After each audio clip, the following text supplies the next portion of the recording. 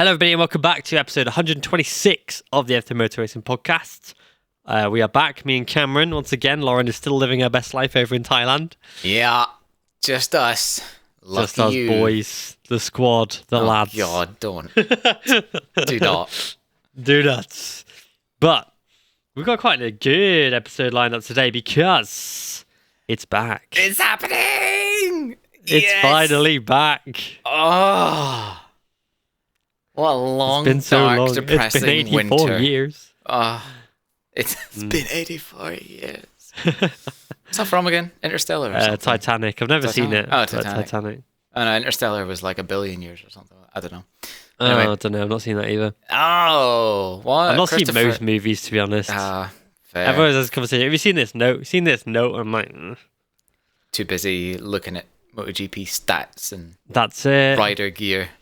That's it. I can give you one stat straight off the bat. Go on. David Alonso's lap time at the Jerez test on the Moto3 bike was faster than Alex Crivier's 500cc pole lap time at Jerez in 1999. Oh, he's a generational talent. He is, but the fact that a Moto3 is faster than a 500cc is mental. It is getting, it's getting pretty wild, isn't it? Yeah, it is actually insane. Something needs to be done. It's all that aero. It's not the bike That's anymore. it. It's not the rider anymore. It's just the bike. No, definitely not. Crying, Well, KTM about everything. KTM have got those new, because normally they put the bikes on the rollers to start the bikes. Yeah, I saw this. But KTM have a new gun now with the part that inserts into the engine, spins the starter motor and starts the bike that way instead of the rollers. Yeah. Which saves a lot of time. KTM have really invested in their Moto3 project this year, but Honda have improved quite significantly as well. Scott Ogden has looked really good in the testing, so Yep. I'm quite impressed. David Alonso, though, has been the standout, along with Rueda. Both of them have looked really, really good. Well, it's happening. I'm excited This time next week, we'll be talking about it, and it's just happened, and it'll be it's gonna be great. What an emotional roller coaster it will have been. Mm-hmm. Hopefully. Yeah, hopefully it's not. It will be. Yeah, it will. Yeah. And I can also add something else, because there's something else to look forward to this weekend. The Daytona 200. Oh, nice. I always forget about that. So hyped for that. Yeah, that'll be good. Have you seen the entry list? It's pretty stacked, isn't it? It's ridiculous. I've got it up. Go right? on. Oh, bloody hell. That good. Calm down.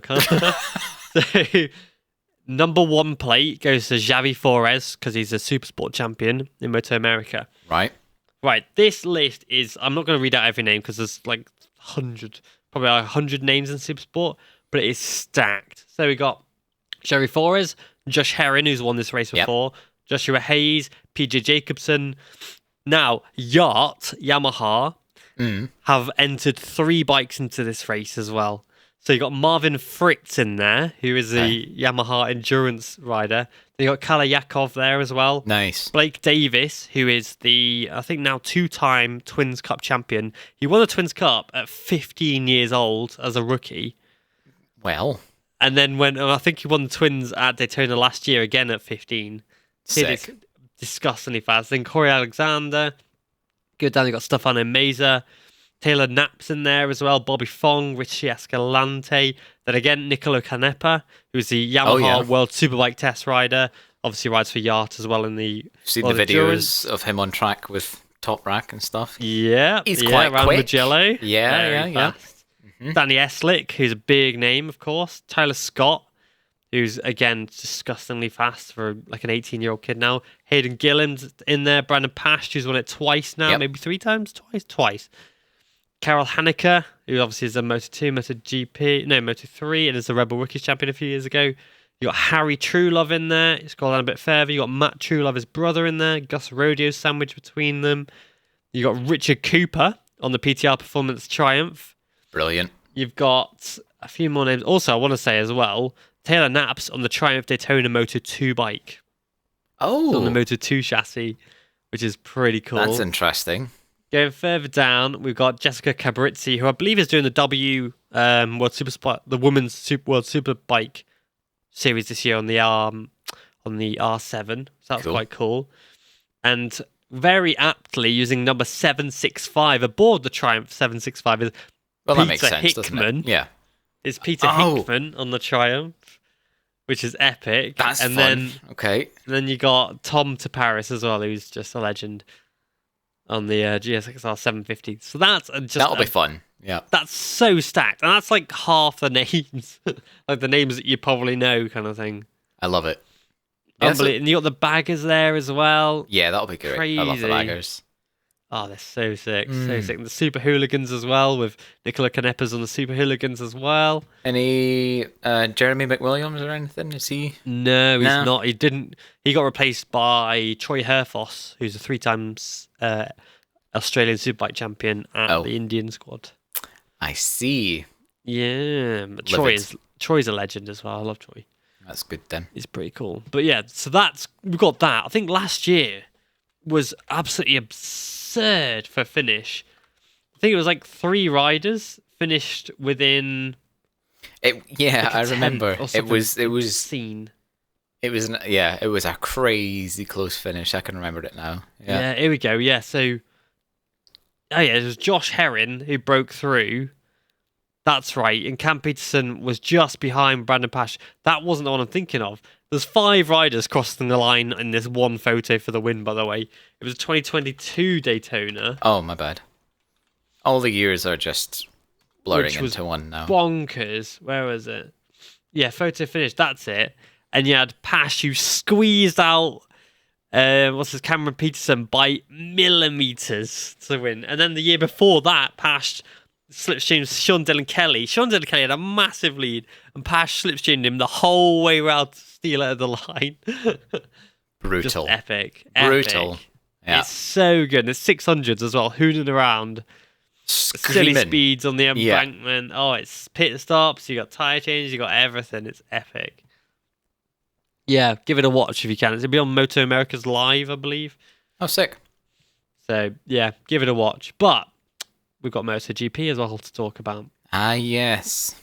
I think the biggest talking point is that, I mean, it was coming a long time now, but that Francesco Bagnaia has been officially confirmed to ride for Ducati for the next 2 seasons now, 2025 and 2026. Yep. Knew that was happening anyway, really. He was me thinking he was off to Yamaha. Gosh. Yeah, God. Yeah, but so that one's locked in. Makes sense. That's kind of. He's going nowhere. That's his team until he retires or Ducati drop the ball.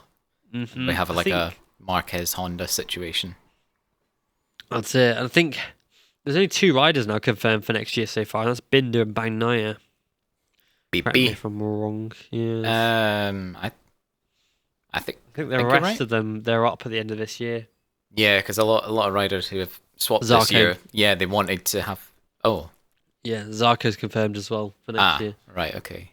Yeah, but most of them will be waiting for the end of this year. Yeah. Yeah, to basically line up with the transfer window. Yeah, that's right. Yeah, and then Marini, I think, is only signed for 1 year with Honda. I'm just getting the actual press. Okay, maybe not. He might be glad about that after a few rounds. He might be. Mm-hmm.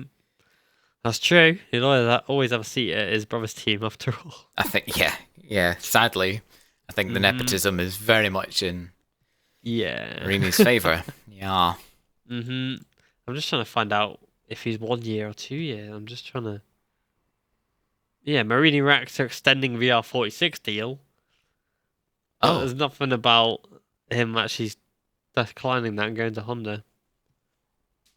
Interesting. I could check Honda's website, but yes, that's an interesting one off the bat because Bagnaia's confirmed. So where does everything else fall into place? Will Jorge Martin be his teammate next year? Yeah, exactly. I mean, it's a shootout between, basically any Ducati rider. Pretty much. I think. Any Ducati rider who wants it, because I'm sure probably most of them have a clause in there that's like that second seat's yours if you can win the championship. Like Jorge Martin had that clause in his contract. If he'd won last year, regardless of what Enea wanted, Enea would have been in Pramac this year if he'd have won. Yeah. Yeah, it's interesting. I mean, it's what we expected, isn't it? Really, it is, and it is like, I mean, Pecco. I think Pecco is always going to be like the number one rider there. Yeah. Even if someone like Marc joins, I think. Yeah, he's at the moment the reigning champion, and has done 2 years in a row now. He's Ducati's top man. He's the fastest motorcycle rider in the world at the moment. Yeah. But I mean, like, even for, so say like Marc wins the championship and he gets that other factory Ducati seat, I think he would still be rider number 2. Potentially. I don't know if Marc could take it because of the Red Bull Monster Energy clash. Oh, well, good point. Yeah, but yeah, just I see what you mean, though. It's still because Marcus is a bit older and things like that. Yeah. I don't know, because Rossi, I guess, Vinales never won the championship, I guess. Because I was going to say, Rossi was number 1 and he was older than Vinales, but Vinales wasn't exactly a champion, so... No. But Vinales was outperforming Rossi. Well... Sometimes. I think one year Rossi finished 3rd and Vinales 4th. And that's when Rossi got promoted to number 1 status. Interesting. Yeah, I think it was 2019 maybe. And it was like whoever would, like the Yamaha basically said, whoever out of you two finishes higher in the standings will be the number 1 rider next year. And it ended up being Rossi. Wild. Yeah. Gosh. How time flies. I know, it's crazy. But I'm just quite excited. Qatar. It's like picturesque at best anyway. Got some great racing. My question is, last 2 rounds at Qatar that MotoGP has raced at, Gresini have won. I know. I know. Yeah, I mean, good things come in 3s. Mm-hmm. Or do they? I don't know. Did I just make that up and say it in such a way that it sounds like it's a thing? Maybe. Possibly. I hear bad things come in 3s, so why not good things too? They do. That is true. So, but which one, Alex or Marc, if it was to happen?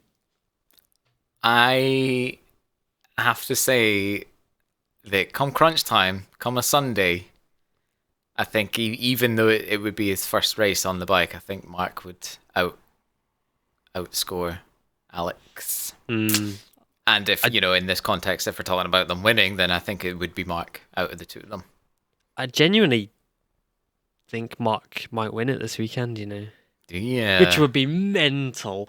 And I'm saying this as it not being like that's certain to happen. I'm talking like this is an outside shot of Marquez winning, which sounds weird, but I genuinely think he's got a very good chance of winning. It's certainly better than he did last year. Anyway, do you know what I mean? That's true. What was he, 4th on the test? Yes, on the last day, 4th. And I get that, testing all that, but sandbagging. Well, sandbagging. Even if that was the fastest time he could put in, it's still a hell of a good time. A hell of a good time, and still, there's more to it on a Sunday than just being able to put in the fastest lap possible. You have to manage your mental game. Yeah, and the guy who's on the grid who's spent most laps in front will be Marc Marquez, I imagine, right? Yeah. Yeah. By probably quite some way. Yeah, I think it's probably by quite a big margin. Yeah, so you got to say, all that experience and everything, and then being on a bike that we know can probably still win, no matter how good this GP24 is. There will be days where the rider will be able to make the difference, and if you think that maybe the first round of the season is a good opportunity for that. Absolutely. And I mean, if Didier can win on a last year's bike year round, and Anea could do it the year prior to that on a year-old bike, then perhaps the most successful rider of the last 10 years could do it too. Mm-hmm. Who knows? We'll wait and see. Yes, indeed. Can't wait, oh my goodness. I'm so hyped. Yeah. I do think that it's probably going to be Bagnaia that wins the race, or Martin. Okay. I guess we'll... But I also think it's going to be Marcus. I'm intrigued to see how Honda do, though. Like, genuinely intrigued to see how Honda do, because they sucked at both tests, to be blunt and honest. Yeah, they did. I think Zarco's going to do the best out of them. I genuinely think he's probably... That sounds horrible, but I think he's their strongest rider. I think he is, yeah. And that bike looks beautiful anyway as well. I know. If that's the Honda I want to see most on the telly anyway. So if that could be up in the top 5, top 10, then cool. It will get more coverage and we'll see that. Yeah, exactly, yeah. Beautiful livery, even more. Yeah. Yeah, it will be intriguing though, because I think they'll maybe do better than they did last year, but I mean, it seems like the other manufacturers have moved the goalpost again. And sure, Honda will be better than they were last year, most likely, but I still don't think that's going to translate into better results and more points. No, sadly. I don't either. Maybe once the riders are more confident and feel like they can find the limits without being on the verge of getting thrown into oblivion. Yeah, no, it'll be interesting. Yamaha, I think, might as well not show up, to be honest. I mean, I think Rins will make the difference, though. But then think about how good Fabio is as well, though. Do you know what I mean? Yeah, Fabio is, he is a really, really great rider. Yeah, there's no doubt in that at all. There's no reason he's a champion. But it just seems like they don't know what is happening. They can't make the lap times happen over race distance or fast laps. It's mad because a few years ago it was almost as if Yamaha was the bike to be on because of how user-friendly it was and how nice it was to ride. And it worked kind of everywhere. Yeah. Yeah, and now you're I'll stay away from that thing. No thank you. Yeah, at least last year it was a case of Yamaha, sure, it wasn't really much better than the Honda to be on, but at least it wasn't going to try and kill you. Whereas it seems like Honda have kind of fixed that now, and maybe have also found some pace that Yamaha haven't quite. It seems like their top speed thing is kind of been sorted, which is a good thing at Qatar with a kilometer long straight, but it's got to work elsewhere as well, and it seems like it maybe isn't doing that. No, I do think though of the two with Rins Qatar, obviously Rins has insane experience now. He's obviously won races with two different manufacturers. He knew that Suzuki very well. Then rode the completely opposite Honda and still did very well on it. So I think Rins can make a difference because we've said it a few times on the pod. Yamaha is still probably okay everywhere, but it's not amazing. Rins is very good the same way, where he's good everywhere across the board. He's not the best at any of these things. He's not the best braker. He's not the best at getting on the gas early. He's not the best at carrying the corner speed, but he's excellent at everything. And all those add up to being a very complete motorcycle rider. Yeah. And I think that and the Yamaha being okay everywhere will create a very good package. But I don't think it's a top 10 every race, top 5 every race package. No. But I do think it's a package that will help Yamaha push in the direction they need to. And I fully expect a win from Rins at some point this year. Yeah, interesting. Yeah. I think a big factor that will really split the two sides of the Yamaha garage is the mental attitude. Fabio's done. Fabio's out. He's already defeated before round 1. Yeah. Whereas I think Rins coming in the new team, like you say, having this experience behind him and just he'll just have more drive and a more positive attitude to make it work. Yeah, he motivation. Wants to turn it around. Exactly. And that's the mental aspect of this is huge, as we know with other riders like Vinales and that. It's all, so much of it is in your head. Yeah, absolutely. And he's 28. Realistically, Rins, if he can do it well, could spend the next 5-6 years of his career in Yamaha. He's got a place, like a home now. You find riders that when they get a bit older, they kind of find a home somewhere in MotoGP. I think it's happened with Zarco as well, where it's like a home now. He's going to sit there maybe until he retires. I think. Yeah, it's like pre-retirement. And I think Alex Rins has done that. And I think he could see himself sat in Yamaha for the next 6 seasons now. I cannot see him riding for anybody else now. No. And I think now he's got the time. He can give himself that time now to develop the bike, learn the bike. He's still exceptionally fast. So he's got that time to just bring the motorcycle up to speed as fast or slow as it needs to take. Yeah. Whereas Fabio is, like, Rins is 28, so he's not that young. But Fabio's 24. Well, no, Rins is young, sorry. Rins isn't that old. But Fabio's 24. He needs to leave now. Yeah. Otherwise, he's going to hit the point of Rins where it's like, you're going to start being overlooked by the manufacturers for the younger hotshot that's coming up. Yeah. And that just seems to be the way it's going now. I mean, like, there's Mav, there's Oliveira. I'm trying to think of these riders that were like older riders. A few years ago. You're like, man, these are like such fast young talents coming through, and then all of a sudden, Miller, they get to that wrong side of the 20s. In air quotes or whatever. Yeah. And you look at the talent that is coming through the lower classes. Bowman Aldegar. Yeah, and you're like, do you know what? Why, someone like KTM or Ducati could snap up one of these young guns at 19, 20 years old and get like a really fast decade out of them if they really invest. And they really did, yeah. Do you know what I mean? And it's like, yeah, why would you? Why with Pecco, innit? Yeah, exactly. Yeah, get him in the independent team or whatever. First of all, into Pramac, get a bit of experience with the bigger bike, and then build the factory bike around them so that they're unstoppable. There's your formula. That's it. And Pecco's proven that, Moto2 world champion, given to Pramac for 2 years. Yes, he did struggle in Pramac. There's no denying that. But talent was always there. And as soon as he gets into a factory bike and they can then build the bike around his strengths, second place overall. And the year after that, world champion. Year after that, world champion. Year after that?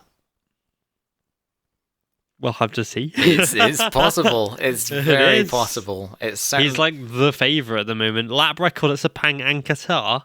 Yep. Jesus. Jeez. Yeah, he's hard to look past, but there are others who are possibly hungrier than him now. Yeah, because he's had... This is the thing, right? He's had the taste of it.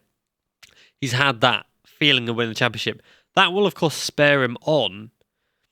But I think a rider who's not had that taste will be even more motivated to get it because they want to taste that. Like Martin last year, crashing out the race and having to sit and watch Bagnaia celebrate the championship, knowing there's a vest and a gold helmet with Martin's name on it sat somewhere. Yeah. In that paddock, It's got to hurt. And he will be hungry. They'll all be hungry. Marquez is hungrier than ever. Oh, God, I think, to come out and be like, yes.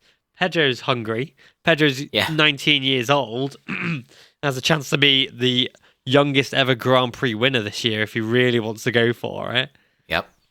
Could happen. KTM haven't won a race since 2021. Have they not? Could Pedro do it?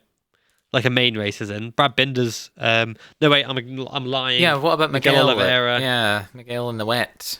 Yeah, I'm lying. I'm just thinking of Brad Binder because of Matt Oxley's quote. Because KTM went nuts at Matt Oxley for something, their PR people. Oh, dear. And so Matt Oxley, fair play to him, put out in Thailand 2022 is the last race win with Miguel Oliveira. Yeah. But that's it. Their last dry race win was Brad Binder. Where? No, it wasn't. It was Catalunya. Catalunya 21 is the last dry win. That's what Matt was referencing. Because he mentioned 2021, the last dry win. So, yeah, KTM basically came from Matt, and Matt dropped an absolute bombshell of an article. Very well articulated, very well written. Basically calling KTM out, all saying that, how can your PR people say these things? Because it was about the carbon frame part of it, because they weren't allowed to say carbon frame, but Matt wrote about carbon frame. Right. And KTM just got them knickers in a massive twist, and Matt, rightfully so, called them out on it. So love it. Yeah, that was interesting last week. But yes, it is Catalunya 2021 that is our last dry victory. I can't believe that was 2021. Yeah. Because I can remember it. Oh my goodness. Yeah. Where does the time go? That seems to be a theme tonight. Mm-hmm. Jeez, But the fact that last year, the only manufacturers that won races were Ducati and Honda, and Aprilia, sorry. But that was it. So we had Aprilia winning 2 and Honda winning 1, and the rest of them were Ducati. 17 of 20 races won by Ducati. Come on. It's just wild. What? So KTM genuinely, realistically need a win this year. They do. They absolutely do. Yep. Because they're going to fall in the... We've got concessions as well this year, which will help. Yeah. Massively. And Ducati are a bit, handicapped in that regard. But rightfully so, it's for the interest of the sport, and I think KTM can do it. I think it's going to be Brad. Yeah, it'll be Brad. Honest. Jack looked good at the Valencia, of course, leading the race, but he did, and Jack, we could get a Motegi 2020 out of Jack, where he just clears off and win, or not 2020, 2022, sorry. Yeah. Where he just clears off and wins by 8-10 seconds or something. But I don't know. Not with these Ducatis kicking about. No, that's it. Ducati just look insane this year. Yeah. If you're not on a Ducati, you're going to struggle. Basically. And it's a shame that the sport is that way, to be honest. To this degree, anyway. The maddest thing is the fact that the only Ducati rider I'm looking at that's they might struggle this year is Franco Morbidelli, who's the 2020 runner-up. And that's just because he's not had enough seat time. Yeah, it's just not been on the bike. It's absolutely mental. And Pramac did have their livery unveiling the other day. Yeah, I ummed and ahed, and actually I like it. Okay. I like it. I don't mind it. Okay.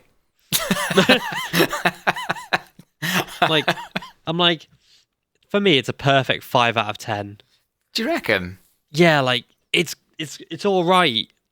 It's not awful, but it's not amazing either. It's bang in the middle for me. I think there are some angles where it looks really good, then other angles where you're it's not quite right. I think it's the Ducati red doesn't quite work. With the black and purple. Yeah, but then I'm not a designer. I don't really know, but I feel like it's just a bit too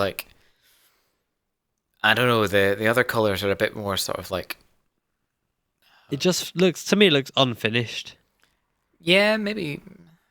It's like the designers have gone. Yeah, we'll put some. All right, we need to put purple in it. All right, we'll slap some purple under the Prima then.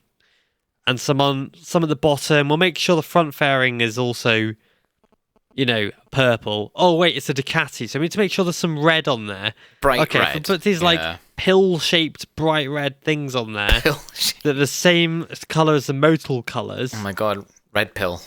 Then, we'll make the wings red as well. Yeah. Yeah, perfect, sorted. And we'll make the suits blacked out as well. So they just look like testing liveries. Yeah, it's I think that's it. From certain angles, I think it looks really cool, but the sum of its parts is lacking somehow. Yeah. It's all right. They should have got you to do it. Yeah, God. I don't know if I could do it as terribly or well as that, but we'll see. Yeah, you could. Yeah, I'll give it a go. I did have some helmet designs this week for some riders, so not naming them, but yeah, so you might see them on track this year, so that's fun. Let's go. Yeah, buddy. But yeah, I'm very excited for MotoGP. let's move to Moto2. Okay. And we'll go on to predictions after that. Okay. Aaron Canet was very, very, very fast at the Jerez test. Good. Did you see his save? No, I didn't. No, I didn't see any of the Moto2 or Moto3 testing. So there's a few photographers that got the photos of it. He made an absolutely incredible save, Aaron Canet. Let me see. It'll be on he posted it on his Instagram as well. Right, let's have a look.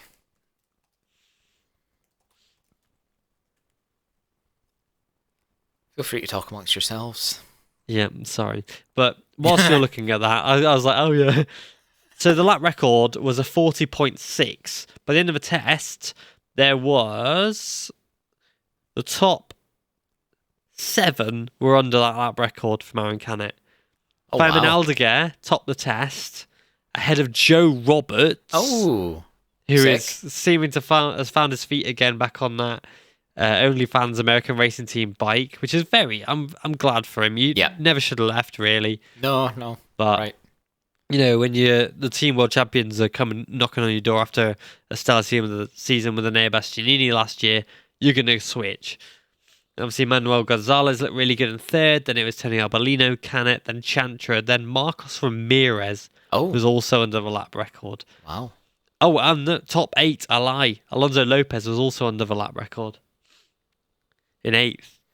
Could be a good season this, you know?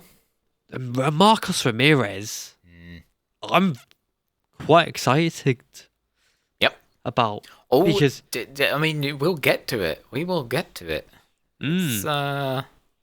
He's looking good. I was going to talk about him, yeah. Were you? Are you going to talk about him now, or are you going to wait? Well, I was going to wait to the predictions, but it's going to give stuff away a little bit. We'll wait then, yeah. I'm quite impressed though by Zonta in 9th. Yes, Zonta. Let's go. That's pretty He's only solid. 0.02 off the lap record as well. It's these Pirellis. Yeah. These Pirellis are just gripping everywhere. They're Sticky. So good. Yeah. Yeah, good point. I bet Rory Skinner's like, for fuck's sake, honestly, man. with his experience on the Pirellis and the World Super BSB, sorry. Yeah. Yeah, it's a shame really that Rory hasn't actually got a chance to ride them, to be honest. But raging. Yeah, I'm a bit disappointed by Vietti down on 11th though. I know it's only testing, but are you? I mean, after last year, I don't think I am. Yeah, but like the year before, he was so good. Yeah. Now he's on the bike that has won the last 3 championships. Gardner, Fernandez, Acosta. Yeah. That was just a poor signing, if you ask me. It was like, I don't know, because IO is famous for extracting the best out of riders. Yeah. And getting that last 10% out of riders. Can he do it with Vietti, though? Well, remains to be seen. Yeah, I guess we'll find out, but I don't know. Okay, who's his teammate? Vietti, it's Onchu. Onchu. I think Onchu will do all right. I think he genuinely will do really well, yeah. Mm-hmm. I'm quite excited for Onchu, to be honest. He's probably one of the biggest, most exciting rookies. I think another majorly exciting rookie is Senna Aegis. He's not really a rookie because he's done more of 6 Grand Prix now, but Aegis looks really good. Moreira looks really good. Yeah. I'm quite excited for the pair of them, to be honest. The fastest rookie was actually Onchu, I believe. Let's look. Was it? Yeah, it was Onchu. Yeah, he was the fastest rookie. Okay. He's ahead of Guevara, Salach. Some big names. Ooh. Yeah, could be a good season, this, to be fair. Yeah, I'm really quite excited for it. Mm-hmm. But yeah, I'm not sure. I think Fermin Aldeguer, obviously, there's been a lot of talk in the media now that he signed a deal with Pramac for 2025. So, is there? Right, okay. Yes, to replace Jorge Martin. Oh. Who's either factory bound or leaving Ducati. That's the rumour anyway. Interesting. So, interesting. Yeah, I had heard that was his kind of his intentions. Where do you think he would go, Martin? If not Aprilia? Ducati. Do you think Aprilia? Yeah, I can. If he's not going to sit on the Ducati, I can only see Aprilia, but then Fabio might go Aprilia. But Jorge Martin's played with the idea of Yamaha for a while. Oh, that would be... Why would you do that, bro? No. Like, so many times where he's nearly gone Yamaha over the last few years. No. No, if Fabio can't get on the Yamaha, you can't do it. Yeah, I don't think so. I mean, I'd like to see like Fabio and Martin teammates that would be cool. At Aprilia. Not sure on what bikes though. Because I think Raul could do enough this year to prove that he Raul looks really good in testing. Yeah. It was like fifth or something in Qatar. I can't remember off the top of my head. So like stupid fast. I think he'll probably do enough this year to be like, that factory seat's mine, thank you. Yeah, if Vinales doesn't pull his flipping foot out his ass, he's on it. Yeah. He's losing his seat. Oliveira really deserves a shot, but Oliveira's not really impressing and testing. He's not yet. No. Oh, there's a lot to figure out, isn't there? Oh, God, yeah. And then moving to Moto3. Yep. So, hold on, because I've just accidentally closed the blooming sheet that I'm looking at. Well done. Smart like that. Yeah, well done. In Moto3, it was actually Jose Antonio Rueda who put in an absolutely sensational 43.2. That is unbelievable. For reference, right? So he put a 43.2. The all-time lap record is 44.9. That's 1.7 seconds faster. That's ridiculous. Impressive. And very impressive. I actually, in my mind there, I forgot that Moto2 and Moto3 were testing at Portimao and not Qatar. No, it was actually Jerez. But... Jerez, sorry. But who was it? Yeah. Oh, no, who was at Portimao? They also tested there, but it was the other week. My bad. Well, either way, I thought you said he did like a 142 around Qatar, and I was like, sorry? No. No, that didn't happen. No, it did not. Gosh. Okay. I might need to like rethink some things in terms of predictions. Or is it too late now? No, you can say you change it. You've not said it yet. But yeah, Rueda with an absolutely disgusting time. He's obviously not last year, but the year before, the Red Bull Rookies and Junior World Championship champion. So he is exceptionally talented. So is Angel Piqueras, who I've spoken to a few riders in the paddock who have raced against him or will be racing against him this year, who believe, because he had to miss the test in Jerez because he was injured. Oh. So he was replaced by Lorenzo Dalla Porta, which is a weird one. Yeah. And many riders think that he's going to go out and win the whole thing as a rookie. You think? Last year, he obliterated everybody. It was not even funny how well he did last year. It was honestly disgusting. Like, he should be jailed for the absolute destruction. He's on the Leopard cheat code as well. Yeah, he is. So put it into reference, right? Last year in the Red Bull Rookies, he won the title with 318 points over let's have a look. 12 races, that is. Am I counting that right? No. No, it can't be. 14 races. 318 points in 14 races. Second place was Alvaro Carpe with 203. Well, and he edged out a 115-point lead in 14 races. Am I right? So is it 25 points a race? Yeah. So they're out of a possible 350. Let's have a look. 14x 25. Yeah, it's 350. He got 318 of them. Okay. Against some amazing talent, incredibly talented riders as well. Not even like slouches. Against some stacked talent. Blumenek. Okay. Yeah, and then Junior Moto3. I'll just check last year in the Junior GP as well, because I know he won that as well. Yeah, he destroyed them all there as well. Oh. So in 1, 2, 3, 4, 5, 6, 7, 8, 9, 10, 11, 12 races. So what's that? 12 times 25 is 300 points. He scored 220 and beat Luca Lanetta, who was in second, with 138. So he beat him by what? 82 points? That's a chunk. In 12 races? Yep. That's disgusting. He's wiped the floor with everybody last year. And many are pipping him to be the next big thing. But we also did that with Rueda. And he only got a podium last year. And it was Alonso, who was actually the 2021 Rookies Champion, who did the business last year. Okay. So following that trend, it should be Rueda this year then. Yeah. Right. Okay. Basically. But Piqueras is what I'm trying to say.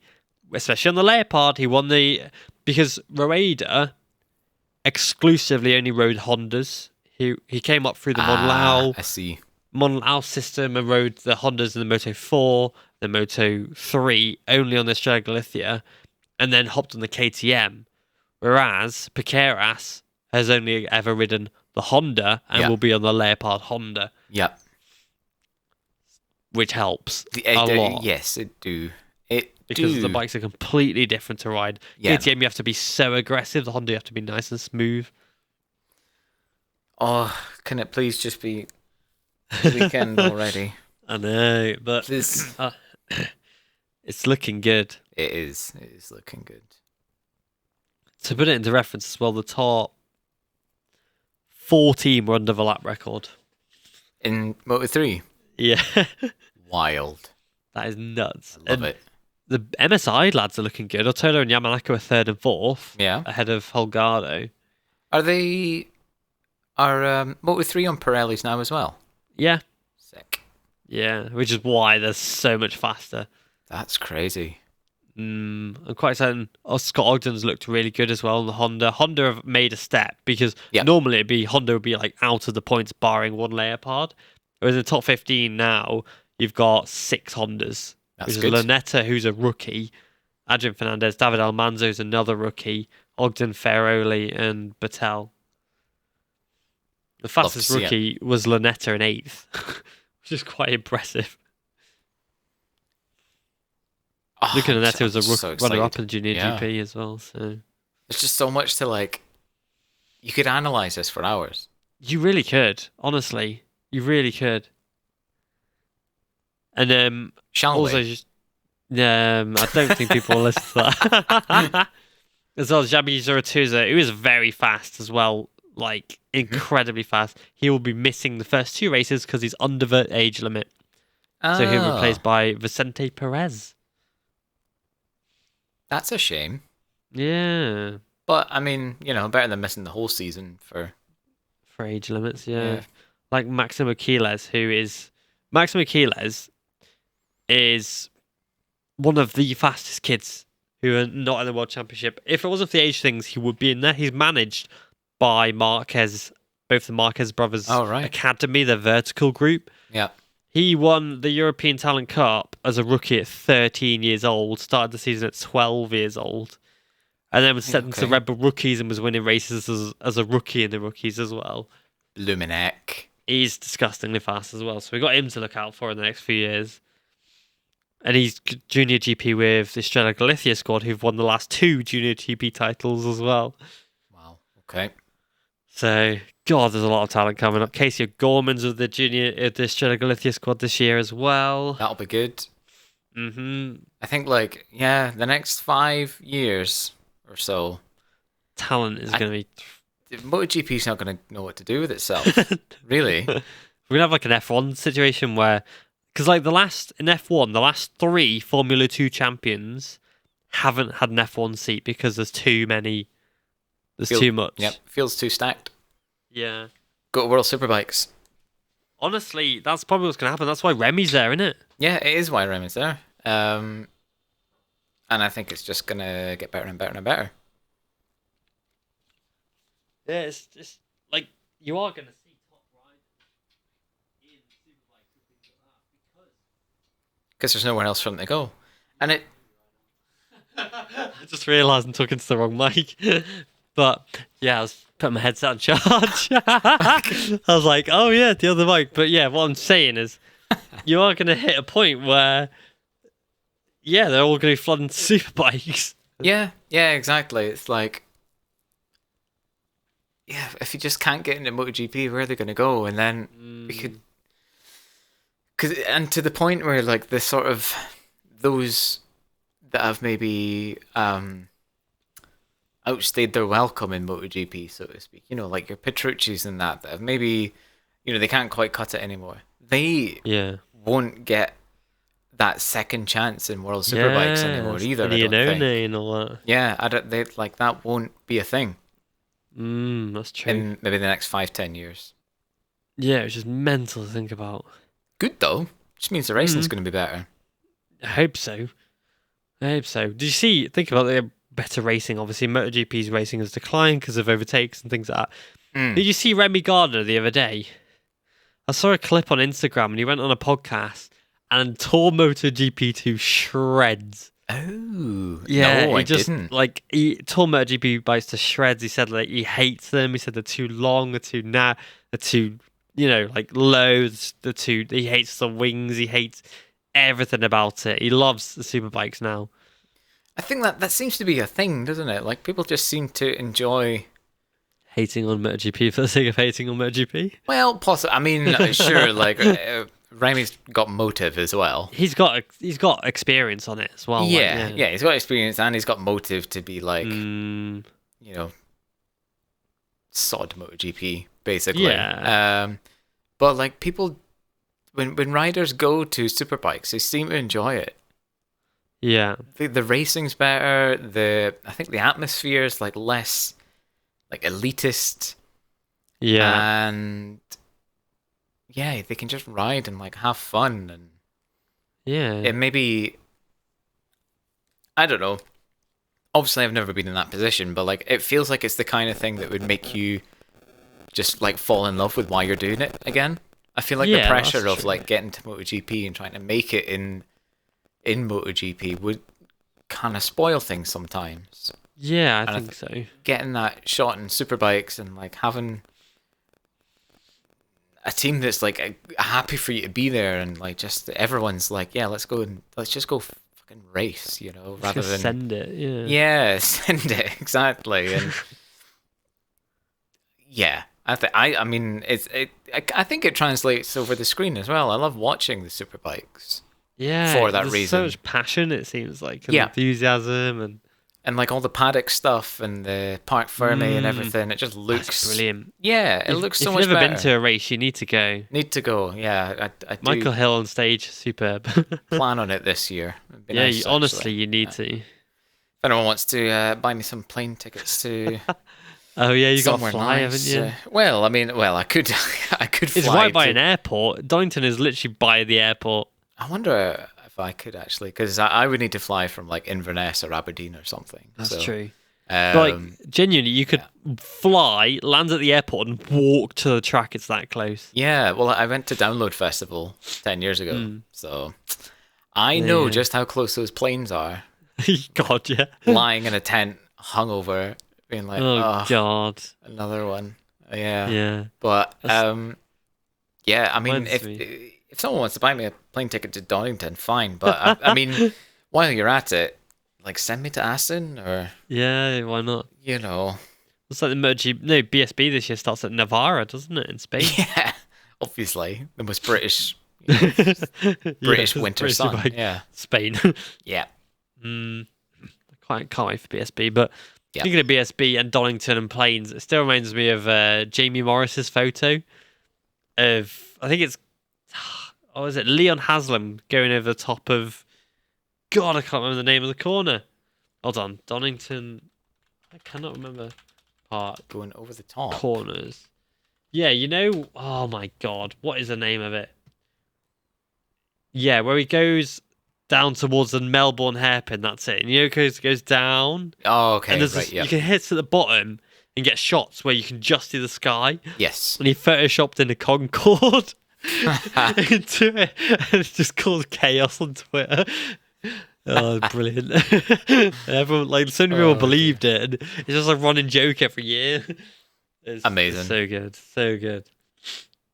Yeah, I think it's time to go back into the predictions. Oh, here we go. We're going to do the 2024 season predictions, and then we're going to give our predictions to Qatar. Okay. Now, we have a new system. I told Cameron and Lauren to go away and create a new system for points this year. Did they do it? No. You didn't tell us to do that. I did. It's on the podcast. What? Nah. Well, I can probably go back in the group chat and see it there as well. Well, listen, some of us have jobs. Okay. But, so I have come up with a new system because it seemed a bit confusing, which is fair enough. So, it's very simple this year. If we obviously predict our pole position, third, second, and the winner of the race, and obviously we get sprint in there as well. Sprint, and he forgot to add points for sprint. I'm going to do that now. Uh-oh. So, sprint, there we go. So, we're going to match the Grand Prix format.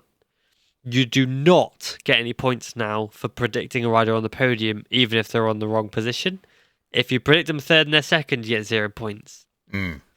So, third place, you'll get 16 points. Second place, you'll get 20 points. If they win, you'll get 25. And if they win the sprint, you'll get 12.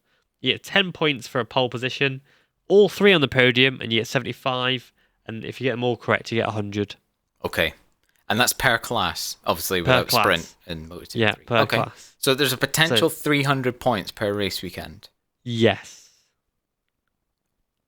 I mean, it'll never happen, but yeah, like, all we need is one good weekend. You could win the whole thing. Right. Yeah, that's it. So it's a lot simpler this year.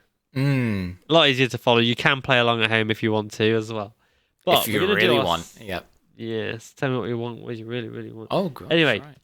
So season predictions. We're going to start with the rookies of the year in Moto 3. Cameron, do you want to kick us off? Well, I mean, given like what you've just mentioned, I'm going to go with Piqueras.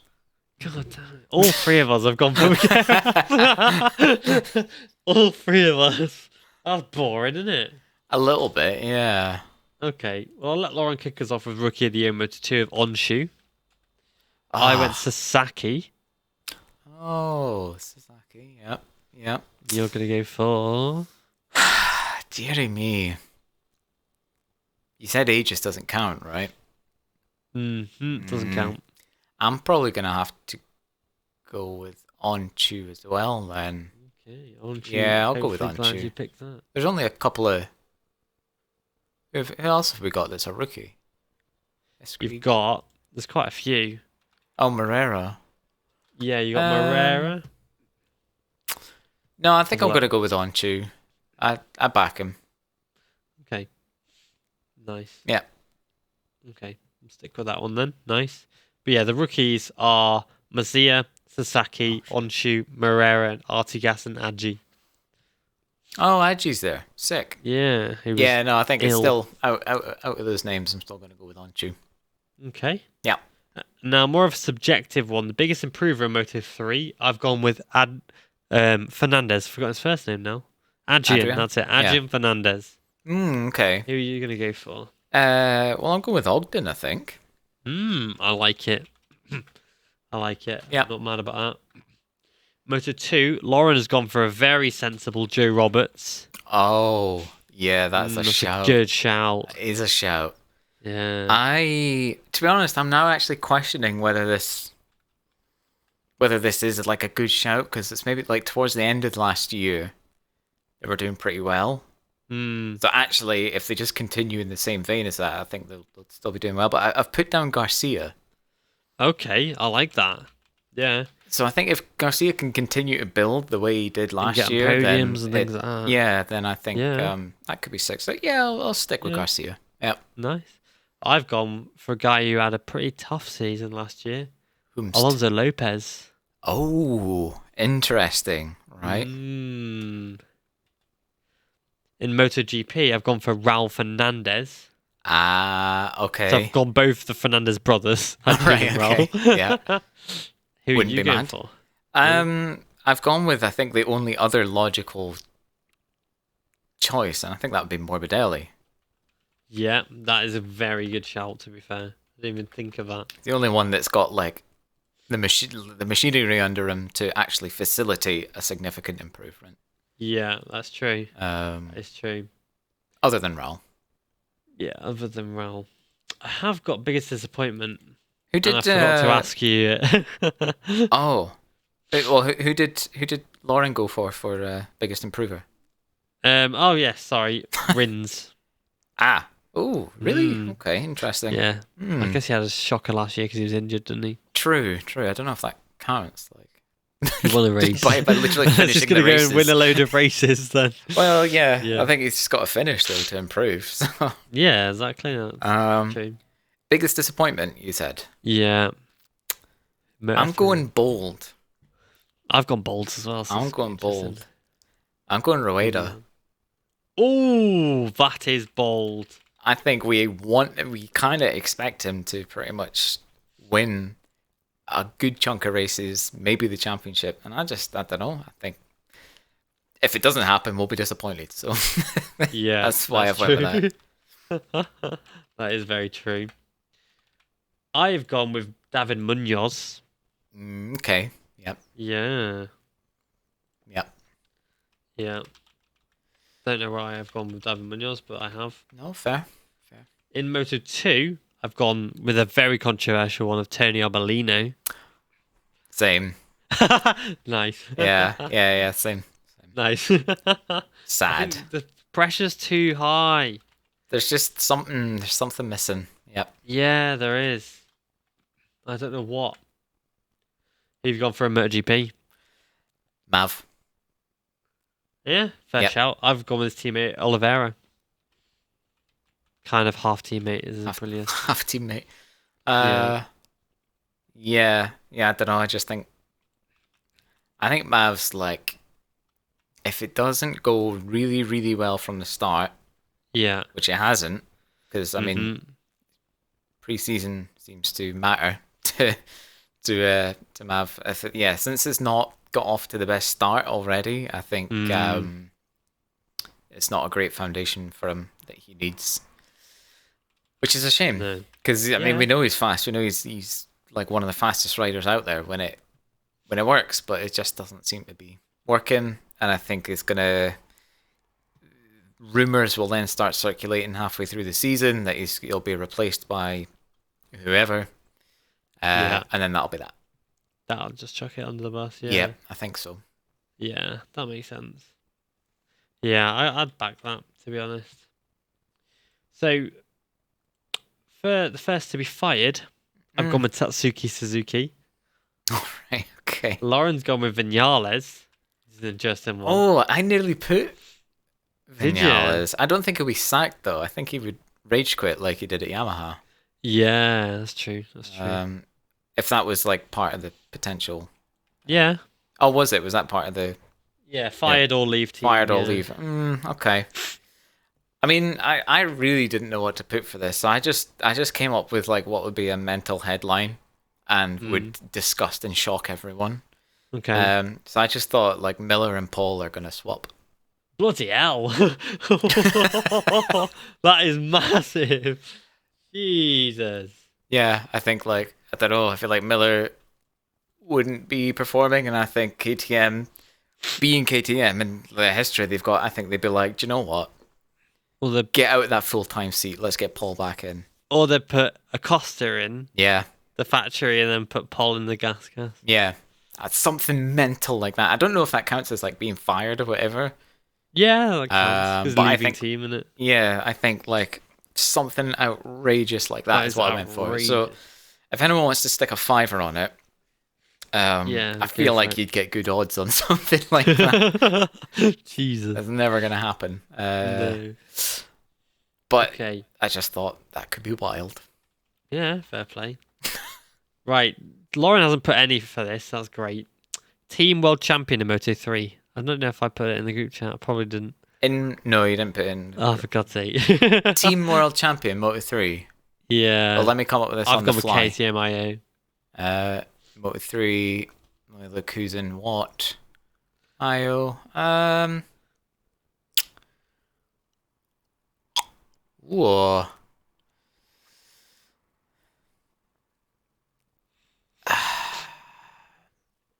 The Husqvarna could be good. Possibly. Intact GP. Yeah, I'll go with Intact GP. Let's do that. Okay. solid, to be fair. Moto 2, I've gone with American Racing Team. Oh, yeah, shout.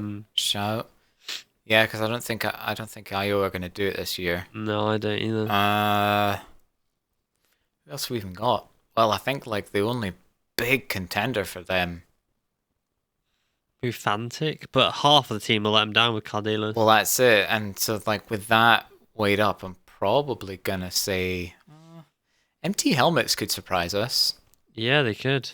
But I think I'll still say speed up out of the Bosco Scuros. Yeah, I'll say speed up. Why not? I nearly said speed up, you know.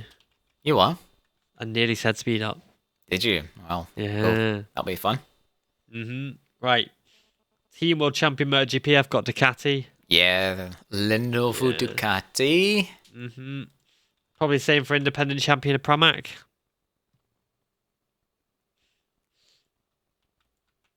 I read your question wrong. Nice. So independent team champion. Team champion, yeah. I don't know. Like, I think Frankie. I think VR46. Good shout. To be fair, I didn't even think of that. By class manufacturer champion Ducati. Yeah. Come on now. Right. What's Lauren picked for all these? Literally, Lauren has done the same. For well, she's gone Pramac. Okay. And then VR46. No, Pramac and then just main Ducati. Sorry. Interesting. Oh, Grassini. I mean, possibly Grassini. You know. True. Good shout. Like when you actually think about what's happening there. Yeah, that's true. Oh, it's too late now. I've said it, but I'm kind of wishing I'd went with Grassini. You can change it if you want. But now that I've been given the option, do I really want that? It's like the Monty Hall problem. Yes, Grassini me. Okay, Grassini. Nice. Okay, right. Moto 3 Rider World Champion, please. Where have I wrote this down? Alonso. Oof. Nice. Okay. Lauren's gone with Holgado. Interesting. I've gone with Rueda. Ooh, 3 different ones. I like it. In Moto 2, Lauren's gone with Aldeguer. I have also gone with Aldeguer. Nice. Well, I wrote haven't Fairman, gone with anyone yet. So. Oh, that makes sense. That's fine. Oh, I'm gonna go Canet. I want that so bad. I'm not gonna lie. If you're right, I will be really happy. Yeah, me too. He's a decent bloke. MotoGP. Marc Marquez. Have you got Marc Marquez? I'm just gonna do it. Send it, Marc Marquez. Lauren's got Bagnaia. Again, I want it. I would love to see it just for just in terms of like story arc and like, you know, if Liberty Media are gonna pick this up, they would run with that so hard. But I do think it. What are the odds of getting 3 in a row in this day and age? Do you know what I mean? For Pecco. That's true. What the talent that's on the grid and the fact that there are 7 other Ducatis on the grid as well. What are the odds that you can get another championship? It's true. Do you know what? I'm going to say Marc Marquez. Okay. And the reason I'm saying that is because if a year from now, Marc Marquez is the champion, and you're going, and like I think you would be utterly insufferable if you were the only person that said Marc Marquez. Nice. So I am just mitigating fair enough, my future frustrations. Like if Pecco wins it, fine. Like I'm not going to be mad about Lauren. But if Mark won it and you were the only one that said it, I couldn't live with myself. I couldn't. No, that makes sense. Yeah. Fair enough. Okay. Okay. Well, going into Qatar race now. Ooh, right. Moto 3 pole, please. Rueda. Same. I've gone with Rueda as well. Lauren's gone with Alonso. Okay. Right, podium is 3rd place, please. 3rd place. Yeah.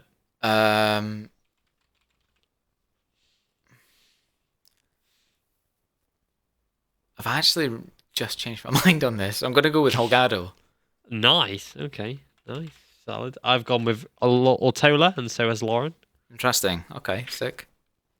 Nice. In second place, I've gone with Alonso, and you're going with Vire. Nice. I completely forgot about Vire in all my predictions. Ooh. It's terrible. Lauren's gone with Holgado. Okay, sick. I'm gonna sneeze. Oh my goodness me. Yeah, I've got a very loud sneeze. I'm not editing that out. That was something else. God. Oh my goodness. I pulled my chair back as well. Yeah, that was something else. Right. God, imagine when I'm in Tesco. Jesus. Everyone's staring at me. I imagine it all the time, honestly. Yeah. So Lauren went with Holgado. Yep. And that was for the win. Yeah, for the win. Who are you going for? I've gone Rueda. Pull win. Nice. Lauren's gone with Alonso. Interesting. Okay. I've gone with Piqueras. Have you? Oh my yeah, goodness. buddy. you love a clout. Money where my mouth is. Yep. Goodness me. Oh yes. Sick. Okay. Right. Moto2 pole Canet for me. Yeah. Same. Yeah. Nice. Lauren's gone with Lopez. Okay. Cool. For third place, she's gone Roberts, which is a very good shout. Yep. You're going to go for Manuel Gonzalez. Yes. Yeah. Let's go. Love Manu. He's a legend. I've gone with Dixon third because he loves third place. Interesting. Who have you gone for second? Roberts, actually. Have you? Yeah. Nice. Yep. Okay. I've gone with Salach, which I might regret. Yeah. Never know. And Lauren's gone with Alabalino. For the win? Yeah. No, for second, sorry. Oh, sorry. Right, okay. Yeah. And then for the win, I've gone with Canet. Yeah, his first ever Moto2 win. Okay. Yeah. Qatar. He's starting the season strong. Who have you gone for? Furman. So is Lauren. This could be interesting. Yeah. Because she's terrible at this. So. You can't say she's not here to defend herself. Oh, dearie me. Well, she's been smart with pole position at Qatar with Jorge Martin. I also have gone with that. This doesn't bode well.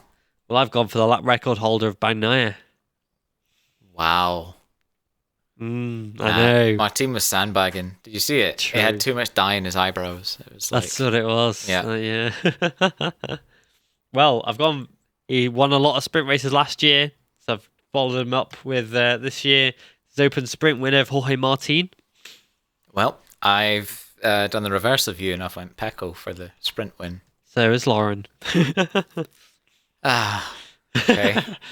Who have you gone for third, though? Did you? Oh, yeah, he won last year. Completely forgot about that. You sure did. I did. Lauren went with Martin. I went with Bagnaia. Oh, okay. Second place, Lauren went with Bastianini.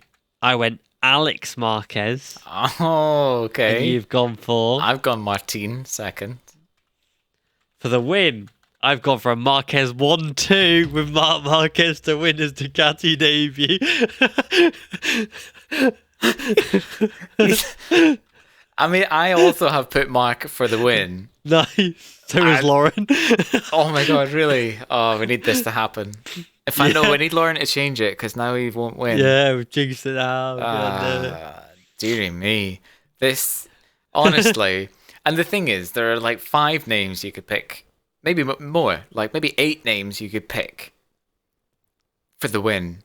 For Qatar. And like all of them, you'd be like, yeah, I could see it.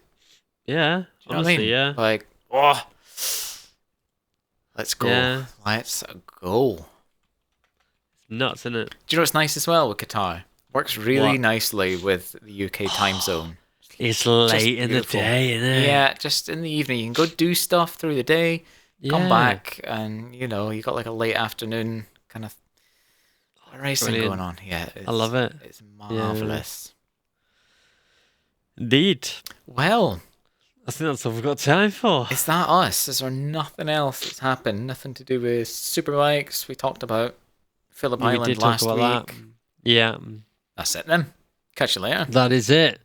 We'll be back after the first race with Marquez winning everything. Oh my goodness. I'm going to scream. I can't wait. I'm just excited. So even if Marc doesn't win, he'll still do well, I think. And it'll just be nice to see him enjoying it again. Yeah. God, I hope he doesn't crash, because that's just really going to Well, he's only crashed it once. He's only crashed it once, but you know what it's like. Yeah. Like, a crash can happen for any reason, but that's true. Social media will still just say that he is Marc Crash. Crash quiz. Yeah, crash quiz, whatever that means. Anyway, yeah, it's just gonna be great. And all under the lights. Wait. Amazing. Yeah, but that's not just Marquez either. I'm looking forward to everybody. Yep, looking forward to Digia backing it up. Oh god, on a new bike. Looking forward to Morbidelli coming back. Rins maybe showing us what the Yam can do. Yeah, buddy. And that Castrol livery going round. Lovely. Yeah, under the lights. Yeah. Bella. J Bella. Right. Cool. Catch you later. Thank you. Sick. Thanks for listening and see you next time. Goodbye. Bye.